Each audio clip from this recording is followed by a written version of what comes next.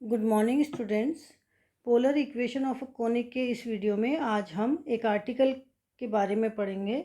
जो आर्टिकल है हमारा, polar equation of the code joining two points on a conic. मतलब किसी भी कोनिक के ऊपर हम दो बिंदु लेते हैं और उन दोनों बिंदुओं को जब जोड़ते हैं उससे बनने वाली जो कोड है उसका हमको पोलर इक्वेशन निकालना है। तो शांकव पर स्थित दो बिंदुओं को मिलाने वाली जीवा का ध्रुवीय समीकरण। तो हम पहले शांकव की डायग्राम बना लेते हैं। तो ये हमारा शांकव हो गया, यहाँ से ये इसकी इनिशियल लाइन हो गई, ये इसका एस पोल हो गया। यहाँ पर कोई पॉइंट है, सपोज ये है पी और ये है क्यू।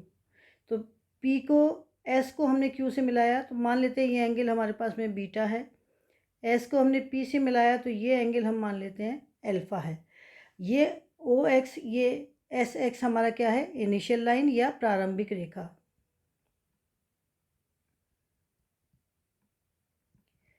ठीक है, अब हमको ये जो पी और क्यू से को जोड़ने वाली जो कॉर्ड है, ये इस कॉर्ड का हमको पोलर इक्वेशन निकालना है। तो हम क्या करेंगे, पहले कोनिक की पोलर इक्वेशन लिखेंगे। ये हमारा कोनिक है और कोनिक की पोलर इक्वेशन मैंने आपको पिछले वीडियो में बताई थी।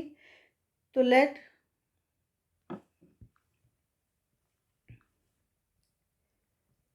the polar equation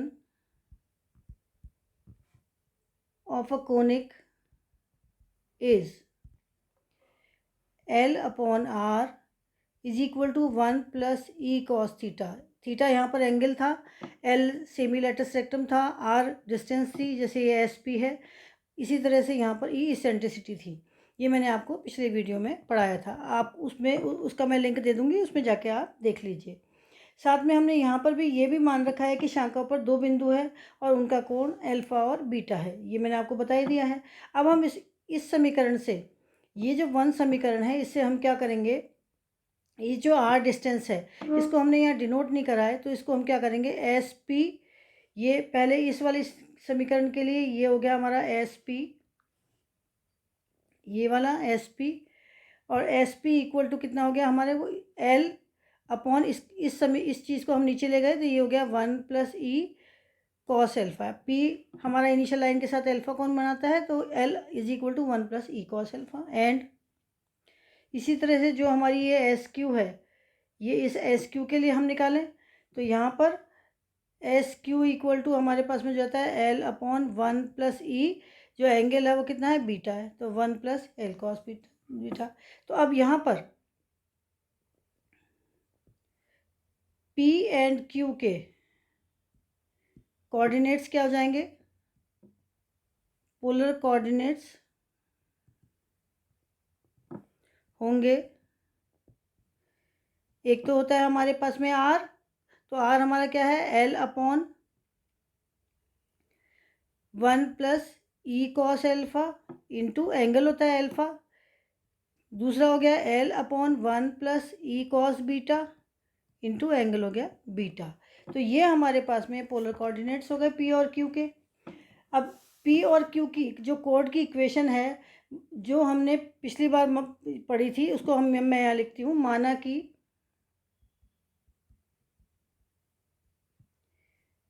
code P Q का पोलर इक्वेशन है L upon R is equal to A cos theta plus B sine theta. अब यहाँ पर हमको ए और बी हमको फाइंड आउट करना है। ये इक्वेशन नंबर 2 मान लेते हैं। अब चूंकि पी एंड क्यू दोनों कॉर्ड पी क्यू पर स्थित है,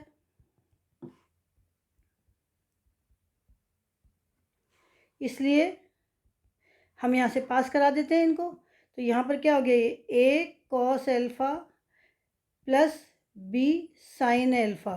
यहाँ पर हमने ये जो A cos theta B sine theta है, इसमें हमने थीटा की जगह, ये थीटा की जगह हमने क्या रख दिया यहाँ पर, एल्फा। तो ये हो गया। और एल अपॉन आर हमारे पास में क्या था, यहाँ से देखिए L upon R is equal to क्या हो गया, 1 plus E cos alpha.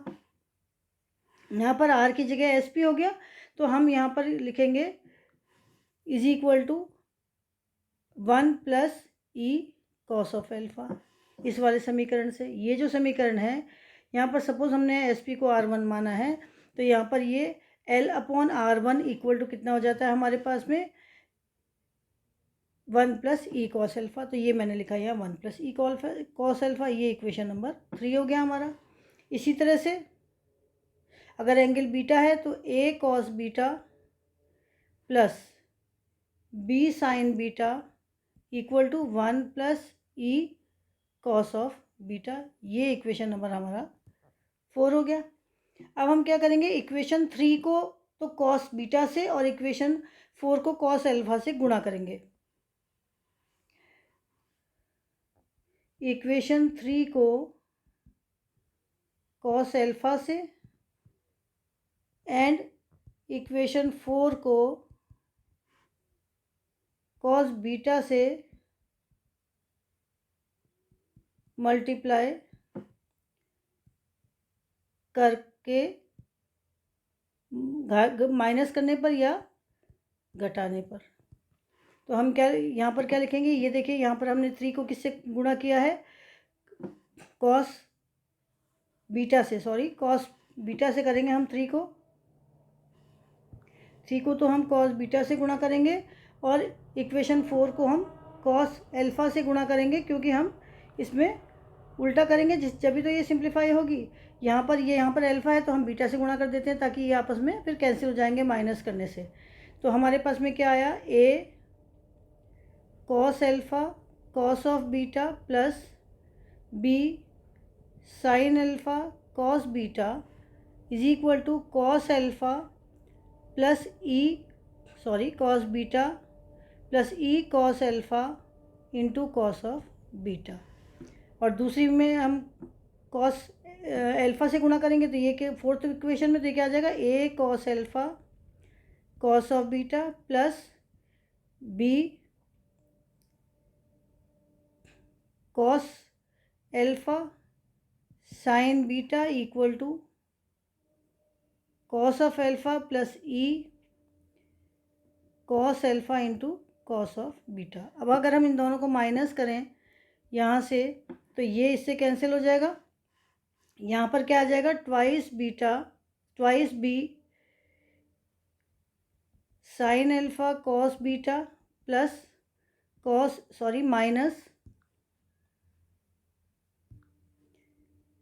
Minus cos alpha sine beta equal to, यहाँ पर हमने कॉस बीटा से मल्टीप्लाई किया था और यहाँ कॉस एल्फ़ा से, तो हमारे पास में क्या आया, cos beta minus cos of alpha. ये इससे कैंसिल हो गया यहाँ पर।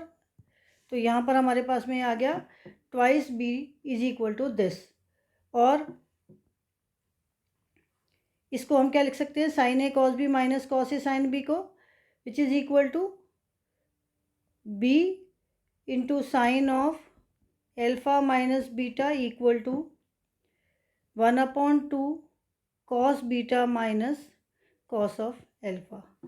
और इसको अगर हम सिंप्लीफाई करें, खोलें, तो ये हमारे पास में हो जाएगा twice sign alpha plus beta by 2 into sign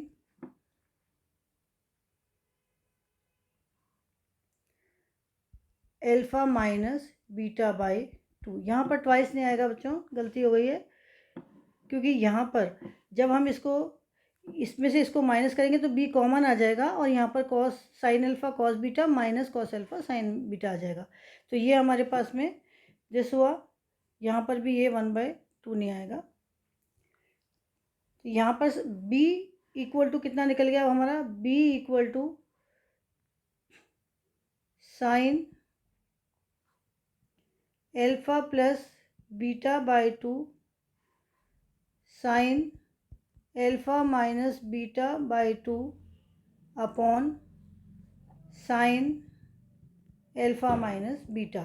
अब इस साइन एल्फ़ा माइनस बीटा को 2 साइन एल्फ़ा को हम क्या लिख लेते हैं, साइन 2 एल्फ़ा को हम लिख लेते हैं 2 साइन एल्फ़ा कॉस एल्फ़ा।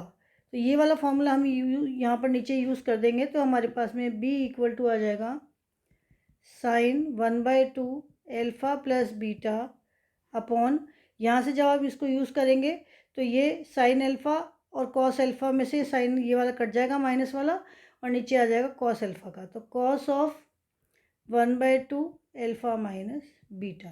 तो ये हमारे पास में इक्वेशन नंबर, ये हमारी इक्वेशन नंबर हो गई 5। अब इसी तरह से हम दूसरा करेंगे जिससे कि ए निकल आए। तो हम क्या करेंगे, समीकरण इक्वेशन नंबर 3 को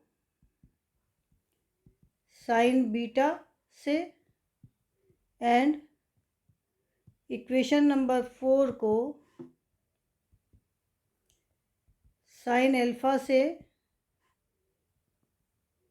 गुणा कर घटाने पर,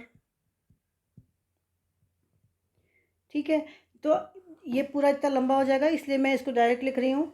तो हमारे पास में ये आ जाएगा, पहले आप इक्वेशन 3 को साइन बीटा से गुणा कर दीजिए, फिर साइन अल्फ़ा से गुणा कर दीजिए। जैसे मैंने बी निकाला है वैसे ही आपको ए निकालना है। तो यहाँ पर ये आ जाएगा A sine beta minus alpha equal to sine beta minus sine alpha plus E sine beta minus alpha, और twice A sine beta minus alpha by 2 cos beta minus alpha by 2, ये साइन 2a वाला यही वाला formula मैंने इसमें लगा दिया, which is equal to twice, यहाँ पर भी sine C minus sine D का फॉर्मूला लगाया, तो ये हो गया twice cos beta plus alpha by 2 into sine beta minus alpha by 2 plus twice E sine beta minus alpha by 2 cos beta minus alpha by 2। ये हमारे पास में total आया। अब इनको जब हम और सिंप्लीफाई करेंगे तो हमारे पास में a इक्वल टू आ जाएगा cos beta plus alpha by 2 upon cos beta minus alpha by 2 plus E. ये हमारा इक्वेशन नंबर हुआ 6।